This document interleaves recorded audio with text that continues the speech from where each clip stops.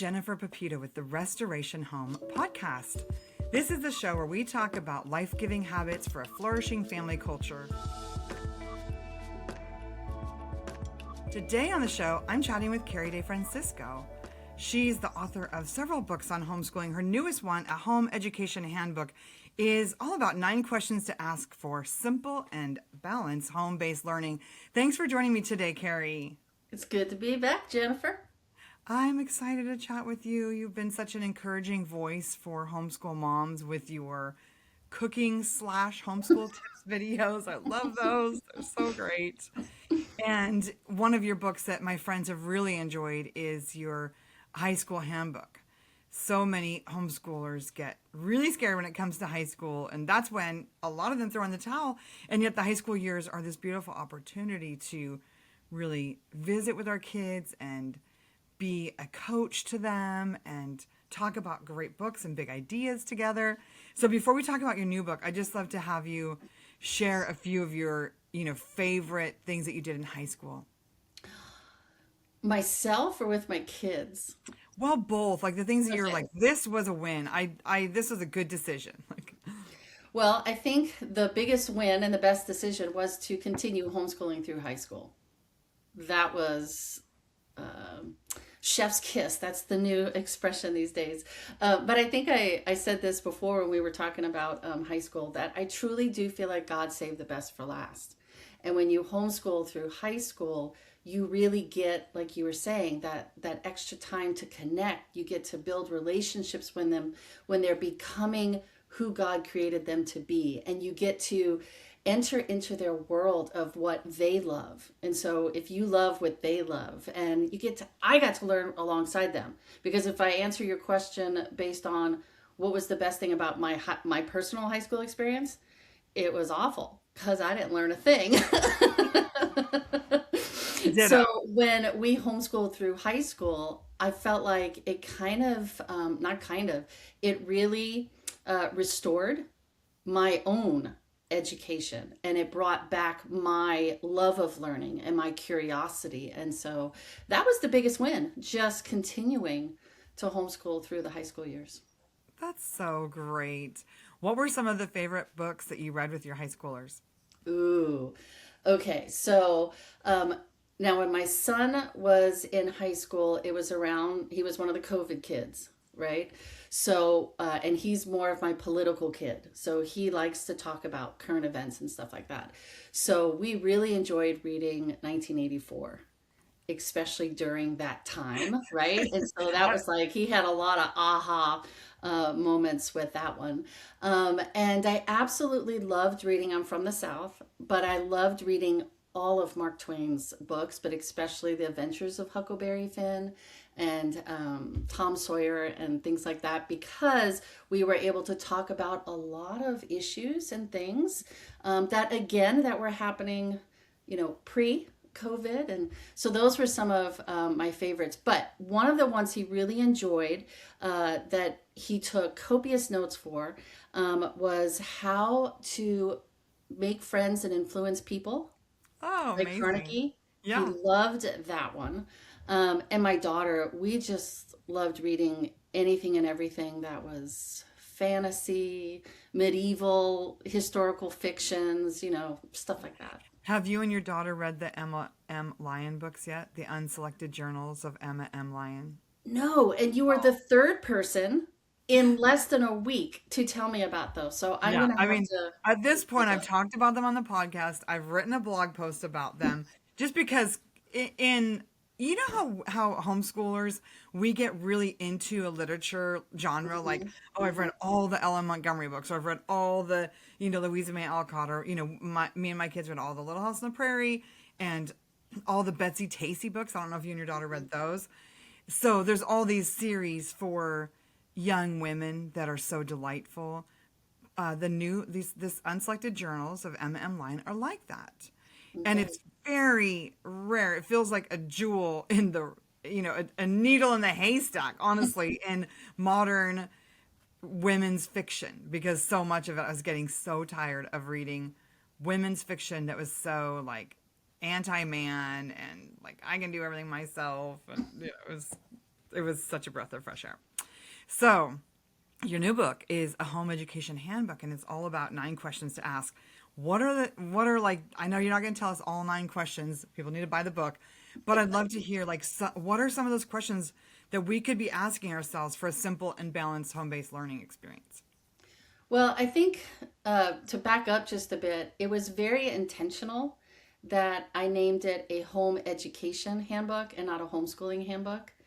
And the reason that I put simple and balanced in the title was because now that I'm a retired homeschool mom and I'm really coaching and helping homeschooling moms nowadays do this home education thing, it keeps coming up how I think the word of 2026 should be balance, that they're having trouble balancing home life and homeschooling. And so I purposely picked the home education because when you do homeschooling, it's you're literally doing school at home and the focus is on the academics. And I'm not saying that's bad, but when you're home educating, academics is a part of that. It's not the all end all be all. Life is in there, and doing life together and homemaking and all of that stuff is in there. So in order to simplify your homeschooling and to keep it balanced, I had to stop having a to-do list or a check-off list or like lesson plans. Did we get through these things every day? Because I often felt defeated at the end of the day, because no matter how much stuff we checked off, there were always things I didn't check off, right? And so I was focusing on those things. So I had to turn my to-do list or my checklist into questions. So at the end of each day, in order for me to feel like the kids were getting a well-rounded, beautiful education, was to ask these 9 questions. And so one of them, like for instance, is, today did we worship?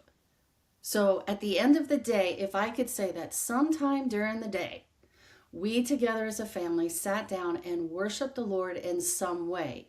And again, that could be so many things, because the mamas who are doing school at home feel like they have to have a formal Bible curriculum or a formal apologetic curriculum, which is great if they're older, maybe, right? But worshiping the Lord can take so many different forms, right? So you could pray, you could sing, you could just open up God's word and read from it. You could do a devotional. It could be 5 minutes. It could be 30 minutes, or in the case like with my son, when we were doing some Bible studies, it was like forever. But so like that's one question. And I like to bookend the first question, today did we worship, with the last question, today did we rest? So if there was some time in our day where we could all take some time to just breathe and to rest, no matter, again, what that looked like. It could take so many different forms depending on the season you're in, the age of your kids, what's going on in your life that day. But rest, if we balance rest with our work, then we're going to get a whole lot more done. And it's just, so like those are just some of the 9 questions. And that's and then what I do in each chapter is, once I pose the question, I then try to challenge the moms to look at what they did that day that answered that question in the affirmative, score. Like, oh yeah, we did this, we did that. Oh, that counts? Awesome. And then they get a more of a sense of accomplishment, and that they are learning and they are having the kind of home education experience they wanted without actually having to follow strict lesson plans. What a wise idea, Carrie, because it is true that being too tied to, like, did I finish all these math lessons? And sometimes mom just they schedule way too much. I often have people who are using the Peaceful Press say, do I need to add more? And I'm like, no, like there's nature study built in, there's science experiments, there's history read alouds, there's timeline and geography. You don't need to just be doing school all day to feel like you are a good homeschool. And I think it is true that we've been programmed by being in school ourselves to think that it takes that long.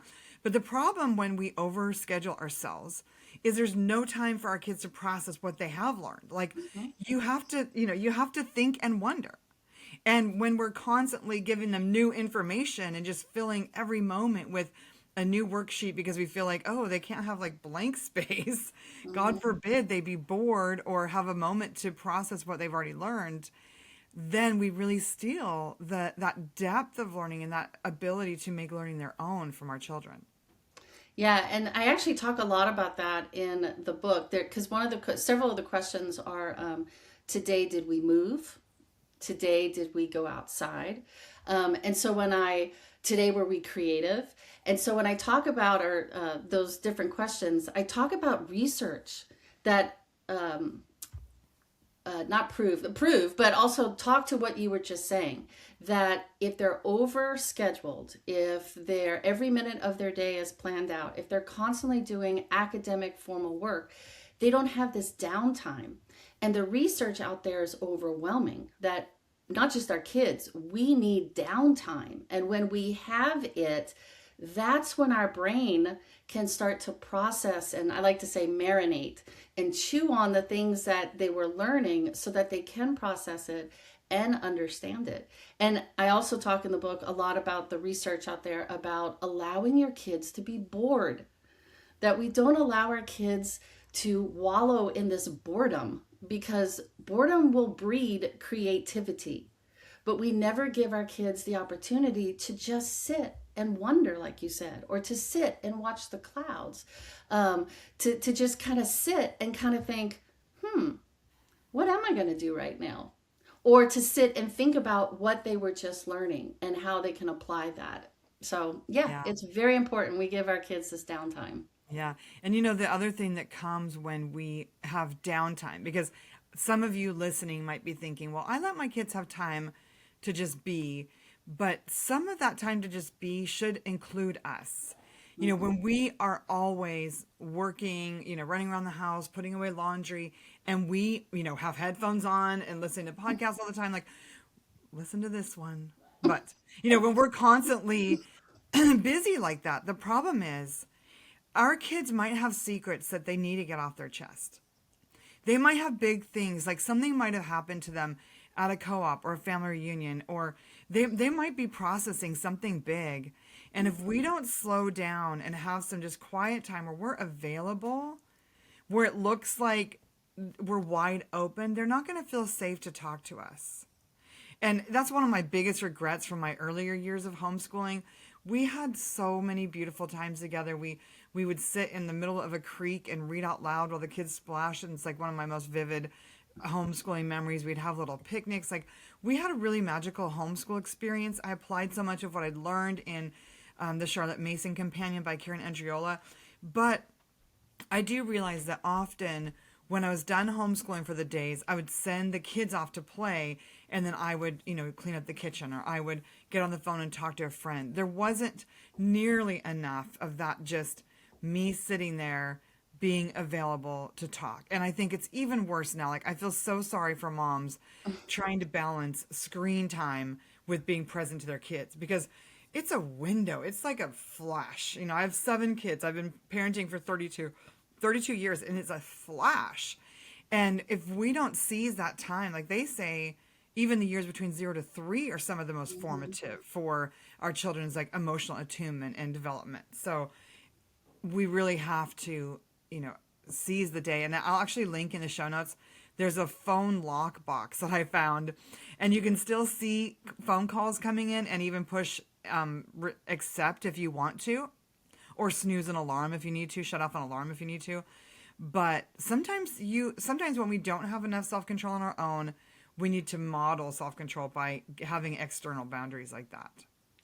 Yeah, it's funny you brought up the lockbox, because one of the things I've been trying to do the beginning of this year, 2026, is to go phone free for the day. So instead of like when I'm running errands, I used to bring my phone with me everywhere, right? And so, but now I purposely leave it at home so that I could go to the grocery and whatever, or when I'm driving or going to a restaurant to meet one of the kids for dinner, whatever. I leave the phone at home, right? And so it's been really cool, but it's also been very eye-opening how many times I reach for my phone to type in like a note to myself or to see what podcast I can listen to, and I realize, oh, wait, I didn't bring my phone. And so I'm just going to listen to good music while I'm driving or something like that. But I'm glad you brought that up, because one of the other questions, being present with our kids is, and I don't think moms think about this as a win for the end of the day, like as a way to evaluate your day. And if you could say yes to this is a good day. But one of the questions is, today, do we care for our home and for each other? And I feel like that's what you're talking about, that if we take the time each day to actually spend time one-on-one, eye contact at level with our kids, teens, adult children, whatever it is, that's a win. That's a beautiful home education day. And I just feel like, and also, like, we do have, we're talking about this balance, right? So we do have to do the laundry, and we do have to do the cooking and all that kind of stuff, but bring the kids along with you. So instead, and I know when they're younger, sometimes it makes a bigger mess when they're helping you with some of that stuff. But I mean, some of my most precious memories with my mom were in the kitchen. And that was when I opened up the most to her. While she was breading, the pork chops, or she was mashing the potatoes and I was helping her peel, was I had her one-on-one attention. And those were the moments I opened up and talked about those things that you were saying, something that, happened at school or whatever. And I found with my own kids, when they're just hanging out with me, doing life things, and it could just be chores or whatever, that's when the best conversations come up. And that's, like you said, the times that they really open up and share things that are going on and questions they might have about, life or people or relationships or God. They always ask those questions at midnight. Yes, of course. Yeah, that's such a good reminder, because, that's one of the reasons why we include so many projects in the Peaceful Press, is that those, like, working together on something moments are moments where you're sort of open for conversation, because you're not distracted by something else. You guys are working together, whether it's kneading a loaf of bread or peeling potatoes for roasted potatoes, or, doing a nature weaving, all those kinds of things. You're working with your hands, so your hands are busy. And then often questions come up, and even just the shared experiences, that bonding experience. I just read an interesting Free Press article that I'm all about right now, about how learning keeps declining, and partly it's related to, even in classrooms, they're putting kids on tech. Like, that breaks my heart, that even in a classroom, so it's already bad enough that so many homeschoolers are using online learning for most of their homeschooling. Like, that is so isolating. But then to do it in classrooms where you're with people, but then you're not really with people, oh, just heartbreaking. That, like, the nervous system stress that is, and just the lack of experiences. There's such a big difference between, reading a book while you're eating a bowl of apples and the sun streaming in, you're watercolor painting a picture and thinking about what's being read, to sitting there clicking keyboard cursors on a keyboard while you watch prompts go by. It's just a totally different education. And especially in the early years, like, I understand, especially towards high school, supplementing with, maybe online math for something that you don't understand, or having some extra help if you're homeschooling multiple ages and kids are aging out of the sort of group learning. But to make that the core of your homeschooling is just, it does break my heart a little bit for those kids, and for the moms too, because you're missing out on relationship. The learning, the education itself is not that hard. Would you agree, Carrie? Like, my oldest daughter, she has a Juris Doctorate. She's studying for the bar. We did mostly just reading out loud and talking about books, and she did some math and grammar, and we did some science experiments, but it wasn't like this rigorous daily hours education. I mean, we had 7 children, we were moving, we were missionaries, we were going to the beach, you know what I mean? And so it does break my heart, these, when families, out of a lack of confidence, stick their kids all on a computer and call that homeschooling. Yeah, and I think a big part of it is that we overcomplicate homeschooling, and it really doesn't need to be overcomplicated. So, like you said, it can be so. Now, granted, you and I know this, that homeschooling can be challenging. just because you're juggling so many things, right? That part of it can be challenging or hard, but the actual imparting of knowledge and the actual teaching of them is can just be so natural and so fun, and it's us that overcomplicate it. And it could be for various reasons. Many of us are not second generational homeschoolers, so we teach the way we were taught, and so we only know the school system, so that's how we start off.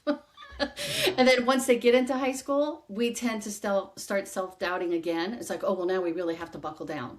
So and then they revert back to how we were taught, so they go back to the traditional setting. But we're the ones that overcomplicate it. And I think some of the best advice I ever got from one of my mentor moms was that I needed to get out of my kids' way. And once I got out of their way, that's when the learning really took off. That's when they truly started to become curious again and to wonder and to want to learn about all these different things that, in all honesty, I wouldn't have included in our home education because I either wasn't interested in it myself or I didn't think it was important enough. But they were important things to them that, in all honesty, a lot of the stuff that they wanted to learn that we included because of that are now things they're using for either their professions or their hobbies or their ministries or the things that they enjoy doing. So yeah, my daughter and I were actually reading the book. We're a little late to the game. The Anxious Generation by Oh, Wright. great. Yeah, we're reading that in the Restoration Home community this year. Yeah, and so one of the things like you were talking about with being on computers all the time is they talk about in the book that, obviously kids and teens need to be in personal relationship in person. And that is how they learn conflict resolution. That's how they learn communication because you can see in real time how someone is responding. And then you learn how to respond back based on the reactions you get. And so these little nuances that little kids aren't getting anymore because as soon as we sit down at a restaurant, an iPad is handed to them. And so they're not taught how to just be and converse in a conversation. And then when they're older, they're texting. And there's so many ways you can misunderstand a text, right? But it's Yeah. because you don't have this real life ongoing interaction. And so he's talking about also in the book how, yeah, when you do some of these online classes, like you said, sometimes you need to maybe do those kind of things because math's not your thing or it's higher than what you feel comfortable teaching. They stress in the book, at least make it not asynchronous, right? Where it's live. So at least there's this live discussion with other kids and the teacher, and it's not just something that they go through on their own, independently, at their own pace, where they're not interacting with people. But yeah, that book is very eye-opening and full of some great information that talks about the things you were saying. Yeah, I'm excited about our book club this year. We're reading it later in the year, but I know it's been so transformative for so many women in my community. And I'm so glad we're having this discussion. We did supplement some, there was some online college classes my kids were taking, or we did we did teaching textbooks, like teaching 5 or 6 kids different math levels was really intense.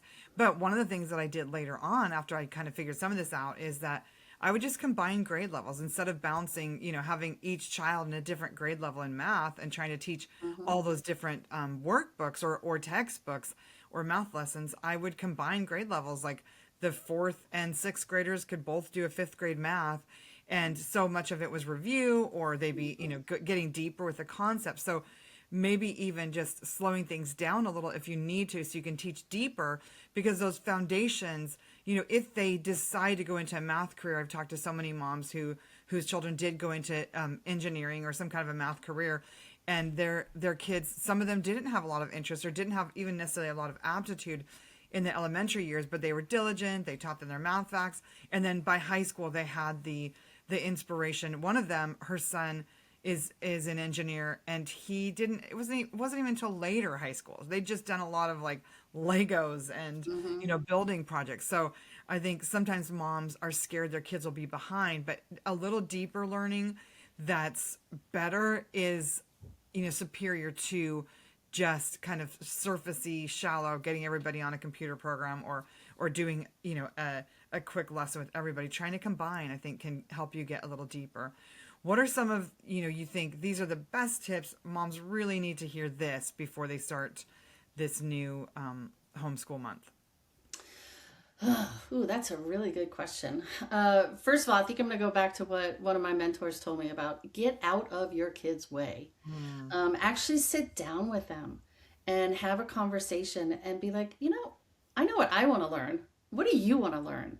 And actually get their input as to, if they're a little bit older, what do you want to learn about? What kind of things are you interested in? And tailor their education to that, or incorporate that as much as you can. And I know I sound like a broken record, but as much as you can learn together as a family, like you were saying. And yes, again, there are times where you might want to put your kid in an outside class or an online class, but that should be like the exception, or the, like, ooh, you're going to get to do this robotics class. But everything else, it's you and your family and your kids, and you're learning together. And I feel like the less you overschedule, the better it's going to be. You're not going to get burned out, and your kids aren't going to get burned out. Yeah. If you keep, like you said, if you dig deep instead of trying to do, a whole bunch of stuff. And, like you were saying with the math, just another example, when my son was in high school, he had no interest in biology, anatomy, sciences. He didn't plan on going into any kind of, science field whatsoever. So that wasn't part of his 4-year plan. We did the bare minimum for California graduation, to get a diploma, but that wasn't his focus. So we didn't really do an awful lot of that.